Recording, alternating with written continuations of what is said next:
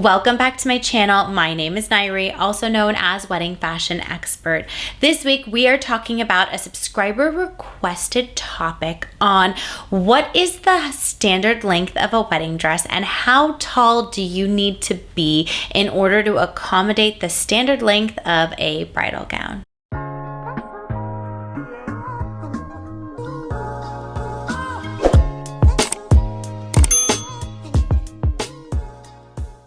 Before we dive into this week's topic, please be sure to subscribe to my channel, give this video a thumbs up, drop me a comment below, let me know if there's a particular video topic you'd like me to create a video on.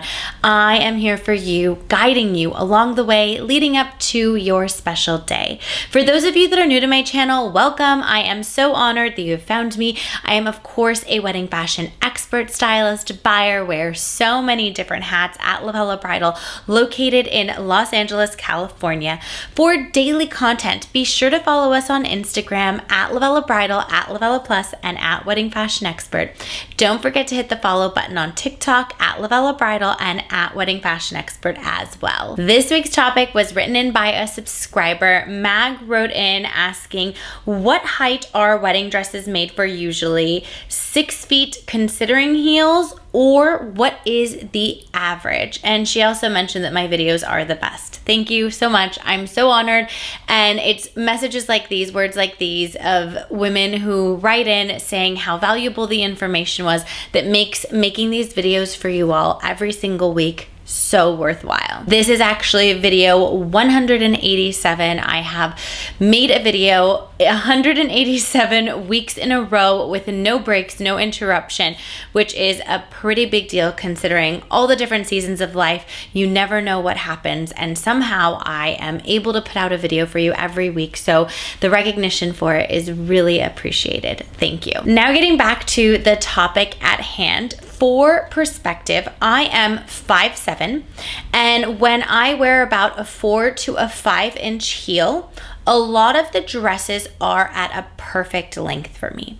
Now, the standard length on bridal gowns varies per designer and per dress style. So there is a particular designer we have in store. My 5'7" height with a 4-inch heel, the length of the dresses are perfect. There's another designer that I need about a 5-inch heel for the length to be perfect, where I don't need a hem.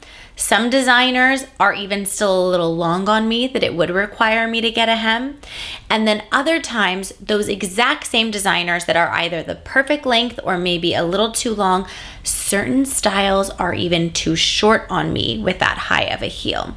So this is all in all to say that the length of gowns vary. If you are taller than 6 feet with heels, you are most likely going to need to order extra length on your dress. I recently had a bride who's 5'10". She plans to wear a 4-inch heel, and we needed to order extra length for her dress. The dress that she did purchase ran a little bit on the shorter side in length, so I needed to order a little bit more extra length than I would have had she had picked another style from that designer. Every dress is different, and that being said, that is why you want to try on heels. Once you've selected the dress, I don't recommend putting on heels with every single dress you wear.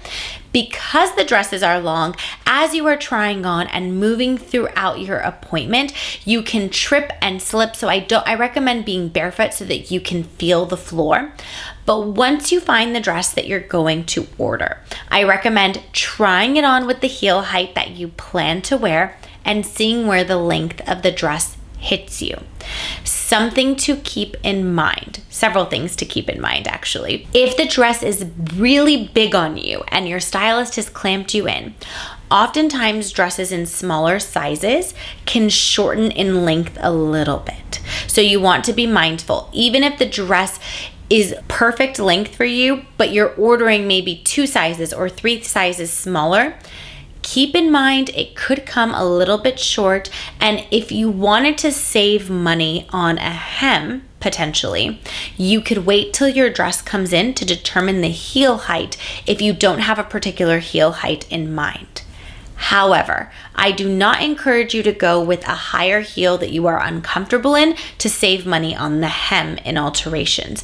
I'd rather you pay for the hem, wear a heel height or flats that you are comfortable with, and hem the dress appropriately. Another thing to consider, if you plan to add volume in your dress, whether you want more fullness or add a petticoat, when you add volume, the length of the dress gets shorter. You want to keep that in mind before you hem a dress and before you order a dress. If you plan to put more volume in, you want to make sure that you have the length to do that along with your heel height to make sure that once that is all done, the dress is not too short. And also keep in mind for alterations, when you go to alter a dress, you want to put the volume in before you hem it, because if you hem it to your heel height or your flats, whatever shoe you intend on wearing, if you hem it to your heel height and then want to add volume, the dress is going to be too short. So you'll need to wear a shorter heel. But if you do it on flats, you're done. There's no room to grow or shrink in terms of adjusting the length. Whereas if you started out with a 5-inch heel, you could then shift to a 3-inch heel in a worst case scenario if you needed to gain some length. Basically, a good standard thing to consider is that majority of dresses are at a standard length to be at approximately 6 feet in total height, although a lot of designers could also be shorter than that.